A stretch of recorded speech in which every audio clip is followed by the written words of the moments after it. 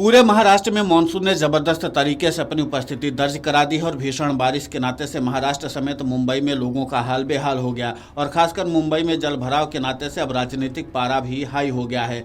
आपको बता दें कि मुंबई के नेता भी तूफानी बारिश की तरह बीएमसी प्रशासन पर टूट पड़े। बीएमसी अधिकारियों और कर्मचारियों की विपक्षी नेताओं ने जमकर खबर ली, भ्रष्टाचार का आरोप लगाते हुए उन पर कार्रवाई तक की मांग की। हालांकि मौसम विभाग ने अभी भी मुंबई समेत महाराष्ट्र में भारी बारिश का अनुमान व्यक्त किया है, लेकिन विपक्षी दलों ने सरकार पर जमकर निशाना साधा है। आपको बता दें कि मुंबई में भारी बारिश और जल भराव पर कांग्रेस के राष्ट्रीय प्रवक्ता अतुल लोंढे पाटिल ने कहा कि ऐसा लगता है कि इतनी सारी गलतियां जानबूझकर की गई हैं, कोई कार्रवाई नहीं की गई, केवल दोष मढ़े गए। बीएमसी किस लिए है? मौसम विभाग की ओर से कोई अलर्ट नहीं था, मानक संचालन प्रक्रिया का कोई पालन नहीं किया गया। इस पूरे मामले को लेकर के कांग्रेस के राष्ट्रीय प्रवक्ता अतुल लोंढे पाटिल ने और क्या कुछ कहा है, आप खुद सुनिए उन्हीं की जुबानी। इतनी सारी खामियां, गलतियां जानबूझकर की गई ऐसे लगने की परिस्थिति है। मौसम का अलर्ट नहीं देते हैं, जनता को अलर्ट नहीं करती है बीएमसी। अत्रे स्टेशन को जल्दी खोल दिया गया है, 2 ही एंट्री एग्जिट है, उसका इंस्पेक्शन नहीं होता है। 35 mm भी बारिश आती ना तो भी वो बह जाता है। तो किसी के ऊपर कोई एक्शन नहीं होती, किसी के ऊपर कोई बात नहीं होती, बस उठा के दूसरे पे आरोप कर दो, चीजों को डाइवर्ट कर दो, मीडिया में वही चीज चलेगी और जो मेन कल्प्रिट है वो बच जाएंगे। तो देवेंद्र फडणवीस जी आप इस्तीफा क्यों नहीं लेते?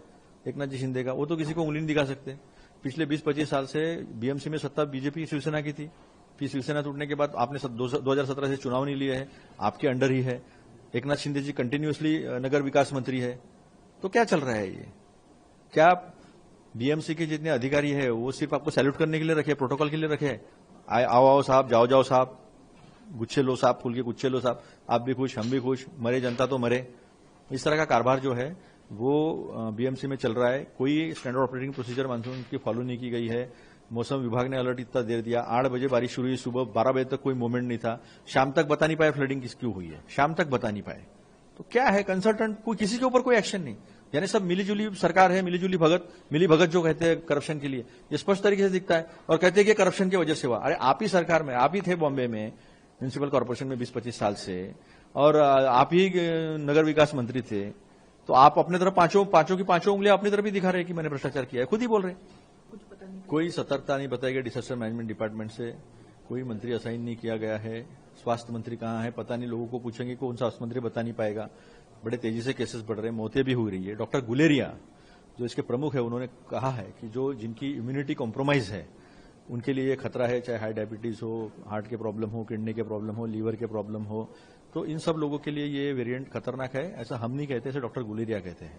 उसके बावजूद महाराष्ट्र गवर्नमेंट में कोई हलचल दिख रही है, क्योंकि इंटरनेशनल सिटीज महाराष्ट्र में ज्यादा है, मुंबई हो, नासिक हो, पुणे हो, नागपुर हो, ठाना हो, तो इसके बावजूद तो भी कुछ जो तैयारियां होनी चाहिए वो नहीं दिख रही है, क्योंकि स्टैंडर्ड ऑपरेटिंग प्रोसीजर तो इसकी डिसाइड हो गई है। अभी हमने झेला है इसको 2019, 20, 21 में।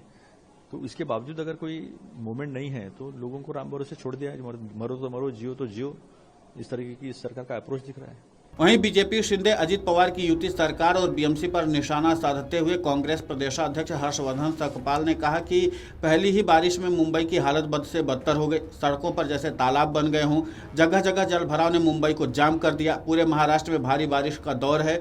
मौसम विभाग की ओर से अलर्ट भी जारी किया गया था, लेकिन सरकार की कोई तैयारी नहीं थी और इसी के नाते से आम जनजीवन बुरी तरीके से प्रभावित हुआ है।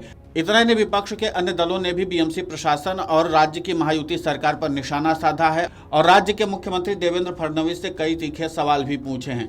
अब इस जल जमाव के बाद बीएमसी प्रशासन क्या कोई सबक लेता है या नहीं लेता है? जाहिर सी बात है, जिस तरीके से जल जमाव की स्थिति बनी उसके बाद से लगातार विपक्षी दलों की ओर से निशाना साधा जा रहा है। अब ऐसे में प्रशासन क्या सबक लेता है, ये बात देखने लायक होगी। Video desk amarujala.com। अगर आप ये वीडियो YouTube पर देख रहे हैं तो हमारे चैनल को सब्सक्राइब कर बेल आइकन दबाएं और Facebook पर देख रहे हैं तो हमारे पेज को लाइक करें।